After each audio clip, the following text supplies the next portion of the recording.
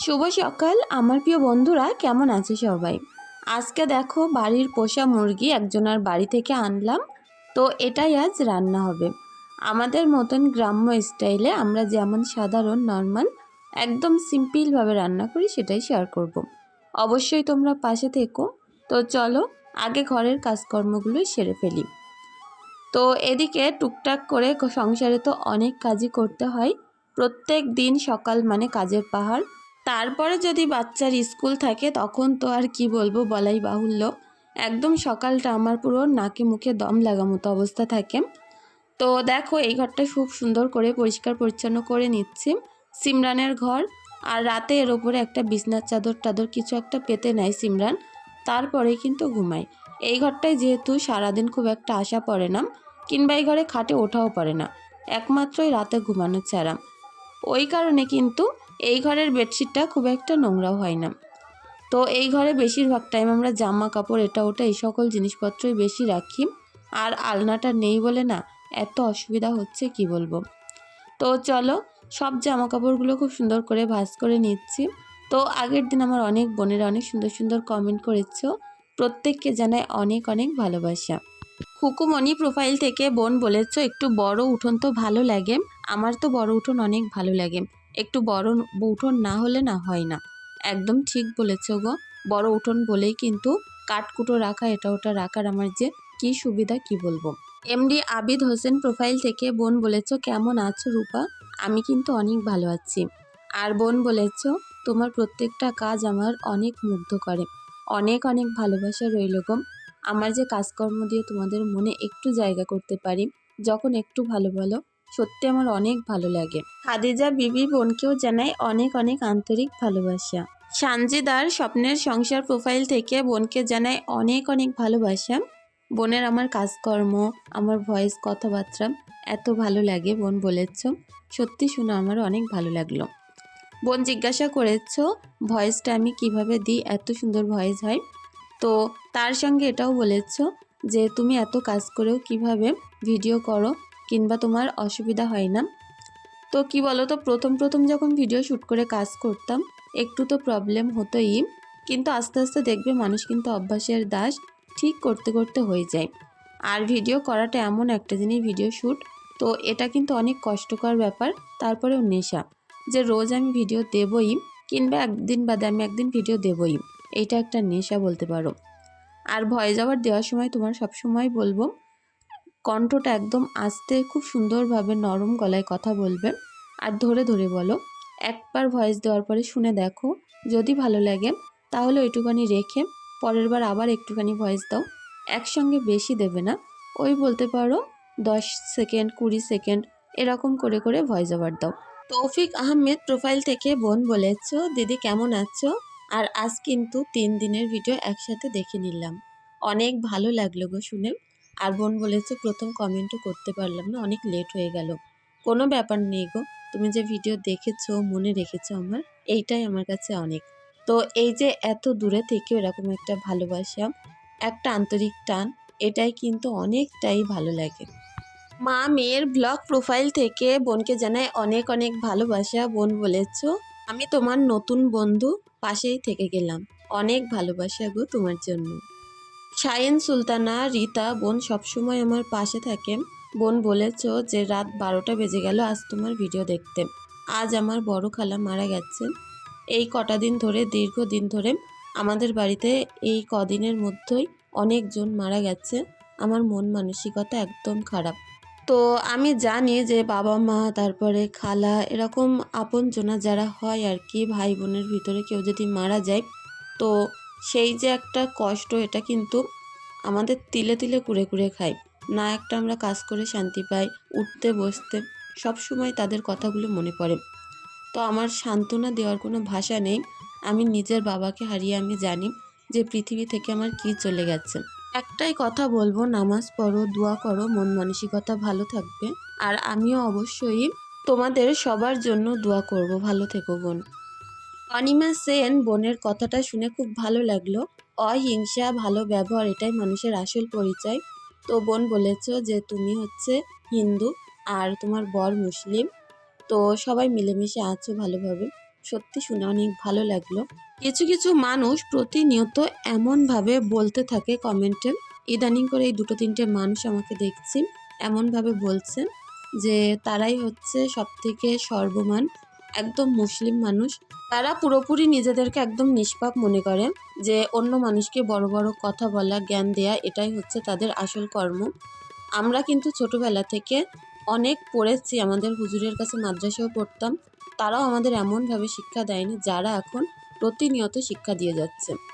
তো আমি তাদেরকে বলি, শেখ সাদিক রাজিয়াল্লাহু তাআলা আনহু তার ছেলের যে কথাবার্তার মধ্যে কিছু পরিবর্তন, মানুষকে খোঁচা দেওয়ামূলক একটা কথা শুনেছিল, তখন কিন্তু সে তার ছেলেকে এমনভাবে বুঝিয়েছিলেন যে নিজেকে এমন কিছু ভেবো না যে তুমি মহান আর আশেপাশে যে আছে সবাই গুনাহগার।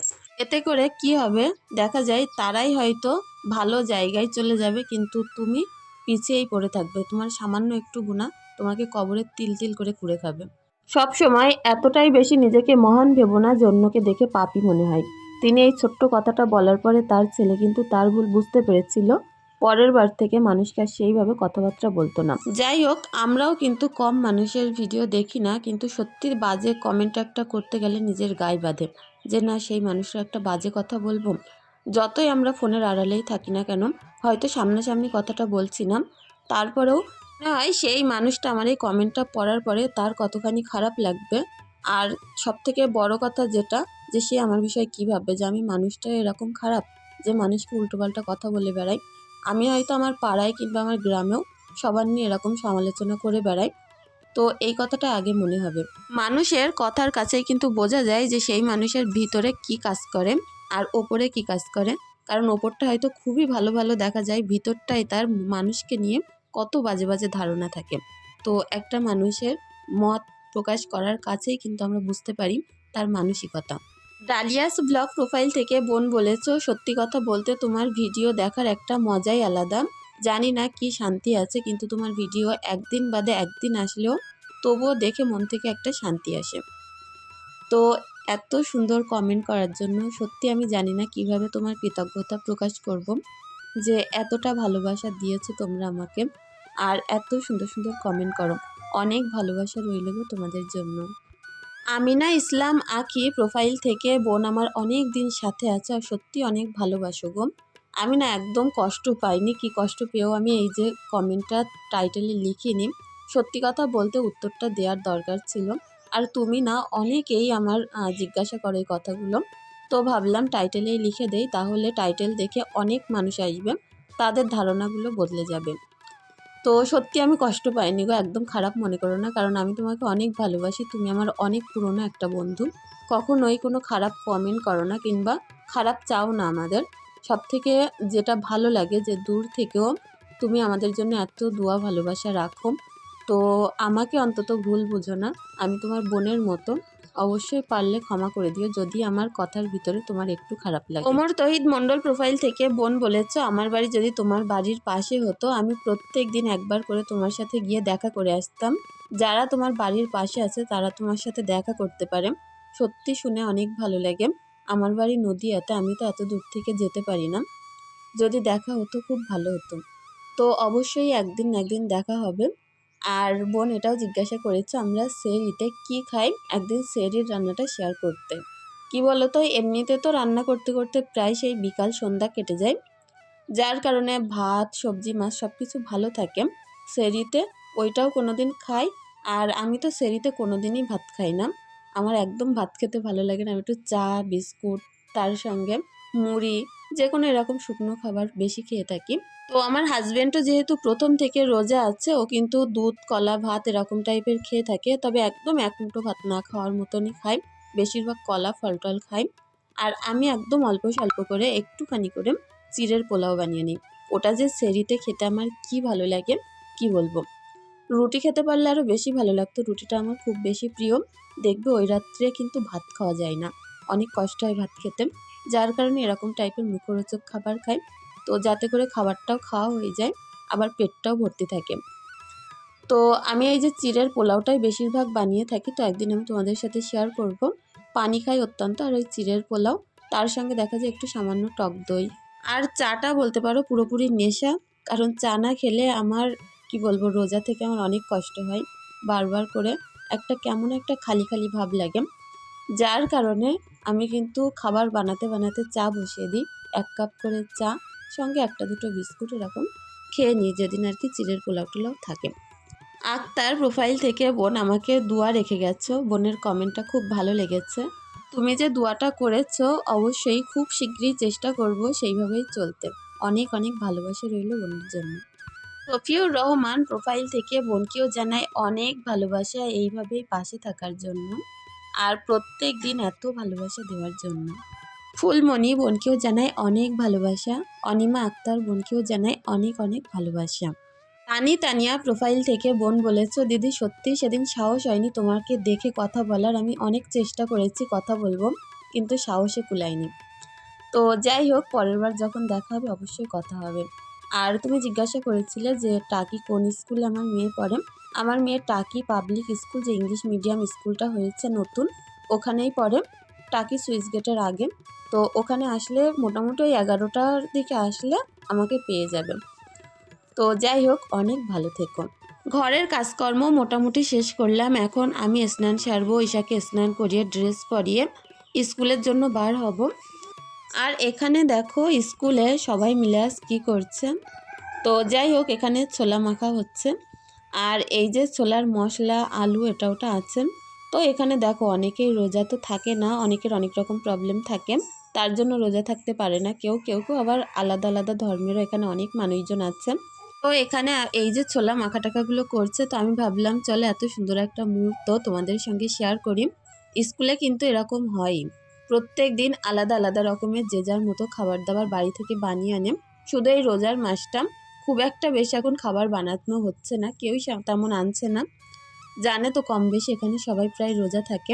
তো এই যে রোজাটা চলে যাবে, তারপর থেকে কিন্তু আবার কন্টিনিউ এরকম খাবার বানানো হবে। অনেক দিন পরে এরকম খাবার একজন এনেছে, বানাচ্ছে। তো আমি ভাবলাম চলো এগুলো একটু শেয়ার করি। আর ওই যে আমার স্কুটি রাখা আছে স্কুলের ভিতরেই, আর আমরা এই পাশটায় বসে আছি। বাড়িতে এসে দেখি নতুন সদস্যর আগমন। তো এই যে সিমরান একটা নতুন সদস্য আমাদের বাড়িতে এনেছে। এটা হচ্ছে কিটি, নতুন বিড়ালের একটা বাচ্চা। তো এটাকে ভেবেছি বাড়িতে রেখে পুষবো, তবে কি জানো তো, রাত জেগে জেগে এত পরিমাণে এই বাচ্চাটাকে দুধ খাওয়াতে হয়েছে আজ। তো তোমাদের কি বলবো, আমি তো পরের দিন ভয়েস ওভার দিচ্ছি, আগের দিন রাতে যে কি পরিমাণে দুষ্টুমি করেছে। আর দেখো টুকটাক ঈদের কেনাকাটা কিন্তু আমাদের অনলাইন থেকে এখন হচ্ছে, পুরোপুরি কেনাকাটা শেষ করতে পারিনি, কোনো কিছু এখনো হয়নি আমাদের। ওই বলতে পারো বাচ্চাদের আবদার মেটাতে এটা ওটা টুকটাক নিচ্ছি। ইমরান ওর যে স্কার্ট আছে তার নিচে পরার জন্য দুটো শক্স নিয়েছে, আর এই শক্সগুলো অনেক দিন থেকে নিতে যাচ্ছিল। যাই হোক, মোটামুটি কিন্তু সুন্দর এসেছে। ওর যে স্কার্টগুলো আছে তার নিচে পরার জন্য, কিংবা যে শর্ট ফ্রকগুলো আছে তার নিচে পরার জন্যই কিন্তু কিনেছে। যাই হোক, অনেক সুন্দর এসেছিল। তো চলো সেই দেখা হচ্ছে 2:30টার সময়। আর এখন আমি কিন্তু রান্না বসিয়ে দেব। তো বাড়িতে নতুন সদস্য বললাম ওই এসেছে, তাকে বারবার করে উঠে উঠে খাওয়ানো, এটা করা সেটা করা, অনেকটাই কাজ বেড়ে গেছে বলতে পারো। তার মধ্যে এই যে কাজগুলো গুছিয়ে নিয়েছি, বাছা কোটা বাটনা টাটনা সব কিছু করে নিয়ে এই 2:30টার দিকে এখন উনুন পাড়ে এসেছি। আমি কিন্তু ঈশাকে স্কুল থেকে নিয়ে আসি একদম পুরো 1:30টার সময় বাড়িতে। আর তারপরে গোছাগাছি করতে, এটা করতে সেটা করতে আরও বেশ কিছুক্ষণ লেট হয়ে যায়। আমাদেরকে বললাম না, আজ যেহেতু দেশি মুরগির ঝোল হবে বাড়িতে, আর ওই মুরগিগুলো অনেকখানি শক্ত হয়, খেতে কিন্তু প্রচণ্ড ভালো লাগে। তো হাজব্যান্ডেরও ভালো লাগে মোটামুটি। আর ওই মুরগিগুলোর পেটে না ডিম ছিল জানো তো। আমি সকালবেলা যখন মেয়েকে নিয়ে স্কুলে গেছিলাম, তখন বেছে কুটে পরিষ্কার করে ফ্রিজে রেখে তারপরেই কিন্তু গেছিলাম। সমস্ত কাজকর্ম আমি যদি শেয়ার করতে যাই ভিডিও অনেক বড় হয়ে যাবে বলে মুরগি পরিষ্কার করাটা শেয়ার করিনি। তো যাই হোক, এদিকে অনেকগুলো আলু গোটা গোটা করে কেটেছি মাংসে দেবো বলে, সেগুলো একটু বেশি করে তেলের মধ্যে ভাজা করে নিচ্ছি। আর আমি না আলুগুলো ভাজতে ভাজতে এমনভাবে ভাজি যে 50% মতো সিদ্ধ হয়ে যায়। আর এই দিকটায় বিটকপিটা ভাজা করে নিচ্ছি। বিটকপি খেতে আমার প্রচুর ভালো লাগে। তো আজকের বিটকপিগুলো ছিল আরও বড় বড়, বাছাকোটা করতে আমার একদমই না লেট হয়নি। তো এদিকে মাংস করব বলে শুকনো লঙ্কা, তেজপাতা, পেঁয়াজ এগুলো সুন্দর করে ভাজা ভাজা করে নিলাম। এরপরে মশলাগুলো দিয়ে দিচ্ছি, আদা রসুন কাঁচা লঙ্কা আর শুকনো লঙ্কা। কাঁচা লঙ্কা একটা দুটো ছিল, শুকনো লঙ্কাই বেশি দিয়েছি। দিয়ে সুন্দর করে ভাজা ভাজা করে নিয়ে নুন, হলুদ আর একটু কাশ্মীরি লঙ্কার গুঁড়ো দিচ্ছি। এতে করে কালারটাও বেশ দুর্দান্ত আসবে। আর মুরগিটা আমি পুরোটাই রান্না করব।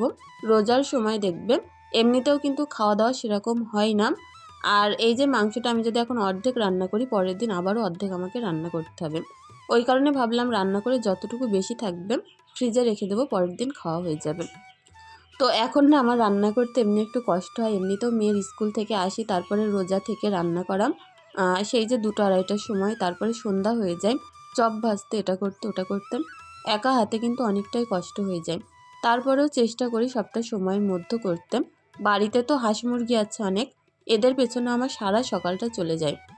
তো এত স্পিডের সঙ্গে কাজ করি, তারপরেও যে দিন আমার কিভাবে শেষ হয়ে যায় আমি নিজেও বুঝতে পারি না। দিনের ভিতরে একটা টাইমে আমি রেস্ট পাই, সেটা হচ্ছে ঈশাকে স্কুলে নিয়ে যাওয়ার পরে যে কিছুক্ষণ আমরা বসে গল্প করি ওখানে সবাই মিলে, এটাই বলতে পারো আমার রেস্ট। বাড়িতে থাকলে না সারা দিন কাজ করেও কুল করতে পারি না। আর স্কুলে থাকি যখন, তখন কিন্তু এই যে 1.5-2 ঘন্টা বসে বসে থাকি, এটা আমার মনে হয় অনেক একটা শান্তি। আর অনেক বলতে পারো একটু মাথাটাও হালকা হয়। সারাদিন বাড়ি থেকে বেরাই না। আশেপাশে সবাই আছে কম বেশি, সবাই বিকাল হলে গল্প করতে বসে, কিন্তু আমার না সেই সময়টাও বাড়িতে থাকলে হয় না। অটোমেটিক কাজের মধ্যে ডুবে থাকতে হয়।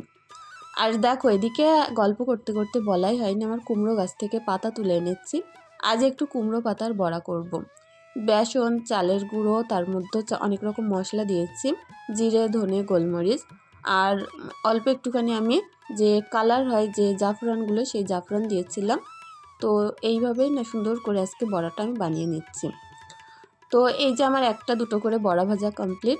আর দেখো এই যে পাতার বড়া, এগুলো কিন্তু খেতেও মোটামুটি ভালো লাগে, অনেক মুচমুচে হয়, পাতলা পাতলা করে ভাজলে বেশি ভালো লাগে। তো আজকে ইফতারি করার জন্য আমার কাছে সেরকম কিছুই ছিল না।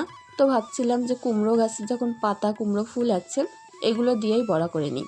আর এই ফুলগুলো একটু ছোট ছোট, সেগুলো দিয়েও বড়া করে নিচ্ছি। এদিকে মাংসের মধ্যে আমি যে নরম তুলতুলে একটা ডিম দিয়ে দিয়েছিলাম, সেটাও সুন্দর সিদ্ধ হয়ে গেছে।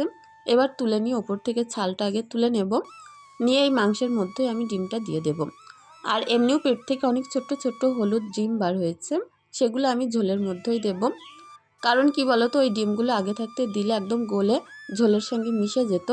আর আমরা নামানোর যদি ওই 10-15 মিনিট আগে ডিমগুলো দিয়ে ঢাকা দিয়ে রাখি, তাহলেই কিন্তু এই ছোট্ট ছোট্ট ডিমগুলো সুন্দর সিদ্ধ হয়ে যাবে। তো বন্ধুরা, আমার আজকের ভিডিওটি কেমন লেগেছে অবশ্যই কমেন্ট করে জানিও। সকলের কাছে অনুরোধ রইল, প্লিজ একটা লাইক করে দিও। তোমাদের একটা লাইক এতটাই বেশি মোটিভেট করে, পরবর্তী ভিডিও করতে এতটাই বেশি আগ্রহী করে, আমি না বলে বোঝাতে পারবো না। আর অনেক ভালো লাগে। দেখো এদিকে সন্ধ্যা প্রায় হয়েই এসছে, জামা কাপড়গুলো তুলে নিলাম, চারিদিক অন্ধকার অন্ধকার। আর উনুন পাটটাও পুরো পরিষ্কার করে সব কিছু নিয়ে গুছিয়ে ঘরে চলে আসলাম। এখানে আমি একটু মহাব্বতী শরবত বানিয়েছি, যার মধ্যে কলা, তরমুজ, আঙুর, দুধ দিয়েছি একটু গাঢ় করে, হালকা চিয়া সিড তো দিয়েই এই যে মহাব্বতী শরবতটা বানিয়েছি।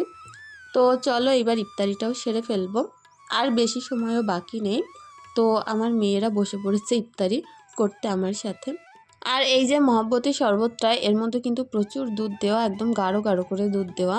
এটা খেয়ে দেখছিল ঈশা কেমন হয়েছে, দেখতেও যেমন সুন্দর হয়েছিল, খেতেও কিন্তু দুর্দান্ত। চলো বন্ধুরা, আজকের ভিডিওটি এখানেই শেষ করছি।